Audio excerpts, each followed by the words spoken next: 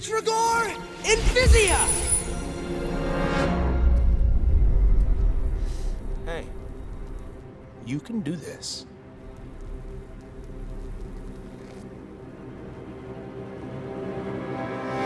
It's always a huge event when Disney releases a new Pixar movie, and the latest one is called Onward. Oh, yeah! The world of Onward is this fantastical setting where the fantasy has been, and the magic of the world has been stripped out as progress has hit this world, and more of these fantastical creatures are relying on modern-day comforts and technology. So less and less people know about magic, less and less people know about the history of this magical land, and it's all quite magical to watch on screen. It stars Tom Holland and Chris Pratt, two members of the Marvel fraternity. Also, I guess the Disney fraternity as well. So great casting strategically, but also these are two very lovable actors that we enjoy in lots and lots of roles. They are, I think, wonderfully cast as a pair of brothers. One of them is a little bit more straight-laced and a little bit more focused on planning and the future. That's the character played by Tom Holland, named Ian Lightfoot. And Barley Lightfoot, his brother, Chris Pratt, is a little bit more of a come-what-may kind of character that is definitely into the lore and the history that surrounds this fantastical community that these two brothers live in. Their mom is played by Julia Louis-Dreyfus, who is fantastic in this film. Oh, Mom! Hey, buddy, don't wipe off my kisses. And sadly, a key center point of this movie is the fact that this family has lost the father figure. The dad and the husband has passed away, and so these two young men don't really have a connection with their father, and Ian, the younger one, has no real memories. He just plays a tape, an audio tape of his dad saying the same conversation over and over again. That's the only thing that he's got to kind of connect himself to his father. So it's very sad. You're definitely taking that in as a key part of the emotional journey of the movie. What happens in the movie is they find the ability to bring their dad back into the world, but they have to go on a quest to accomplish this. And so Barley, who is a big fan of Dungeons and Dragons-like type role-playing games, has a whole sort of idea in his head of how the journey should go down and how the quest should sort of play out. So he leads the charge, and they set off on this kind of road trip through this, land of mystery and fantasy. My brother and I seek a map to a Phoenix gem. Oh, well, you've come to the right tavern. Definitely what we're seeing are some state-of-the-art visuals, but we kind of depend on Pixar for that. There's beautiful scenery, and of course everything is festooned with connections or tips of the wizard's hat to all kinds of fantasy lore that we've seen throughout the ages. You'll see echoes of things you've seen in Lord of the Rings movies or in video games. Lots of mythical types of creatures and creations. One of them is a manticore that they meet along the way, played by Octavia Spencer, and she's hilarious, and the whole scene is just fantastic. Oh, great and powerful manticore. Whoa, sir, you're right in the hot zone.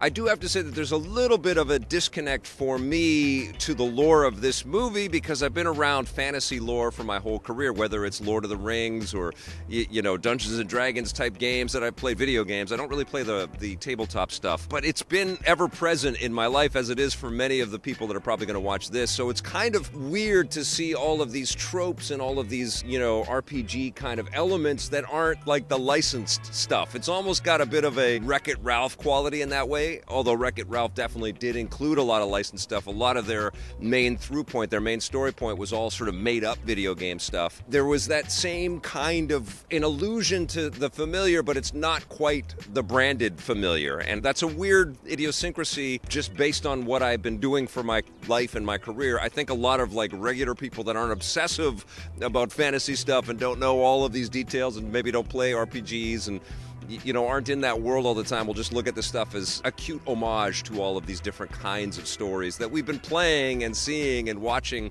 for years if you happen to be a fan of it.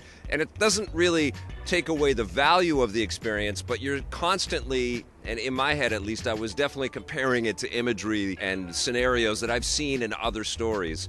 So it wasn't as exotic for me. But not to say that I didn't love the concept and I didn't love the idea and I love the performances, and there's some really nice details between these two brothers and their family connection and, the devastation that any family would go through dealing with loss like that. There's always this maturity that you can kind of come to depend upon with Pixar content, and that's definitely present here. It doesn't have the resonance and the punch that something like Up did for me, but it's still fantastic. It's still a great movie. It's very easy to get lost in this world, and I was charmed by not just our two leads, but all of the supporting characters in this thing as well. I understand there's traffic. You need to plan for that. Well, maybe your mother should get her own car. Now, I'll be very curious to see how this movie does. It certainly lends itself to more. It certainly lends itself to a sequel or some kind of a series, maybe on Disney Plus or something like that, because of some of the indelible imagery and these characters really kind of get into your heart. And it also felt a little bit like, you know, the 90 or so minutes that we get with this family and this world just isn't enough. You know, it feels like there's a lot of tangents and a lot of different ways that we could continue to explore. So in that sense of the word, I guess Pixar really did deliver something that can stack up to a lot of fantasy stuff. I also really wanted to play the Onward video game with these characters, with that sense of humor. And, you know, it's kind of crappy that there isn't a licensed, really cool, cartoony RPG that's launching right alongside this movie, because I think that would be a very fun, you know, way to kind of celebrate this work. Something wrong? Sorry, it's just your stance is, here, chin up, elbows out, feet apart, back slightly arched. Okay, how's that feel? Great. Now, I did really like this film, but before I give you my final thoughts and my score, I want to throw it to my daughter Ruby, who also attended the screening with me, and I wanted to hear what she's got to think about Onward. It was really good. I thought that it was a very well-told story. Did you like the two brothers? Yeah, they were cool. Which one did you like better? There was the older one and there was the younger one. I liked Ian better, the younger one. Why'd you like him better? Well, he was cute. Who was your favorite character in the whole movie? Was it Ian or was it the Manticore? The Manticore. Now, do you think this movie is going to be too scary or too sad for kids? Some, but for my age, it'll be fine. 8 and 7 will be fine, but maybe 6 and 5 and 4 won't. That might be a little too scary for them. I definitely recommend people to see it. I'd give it a 9 out of 10. You loved it? Yeah. Why wouldn't you give the movie a 10? Because I wish the movie was a little bit longer than 2 hours. Do you want there to be a sequel or maybe a TV show or something? Yeah, I definitely would recommend a sequel. Oh, my little chubby cheeks is all grown up. Okay. Okay, so there you go. That's what Ruby thinks. And what I think about this movie, I think it's definitely a terrific movie, but Pixar is at such a high level with their work over the years that it's, you know, you start to put your pecking list together and the sort of order of their best stuff. And I don't think it's quite at the top, but it's definitely one to check out. Whether you see it in the theater or whether you see it repeatedly when it inevitably comes home, I'm going to give Onward an 8.5 out of 10.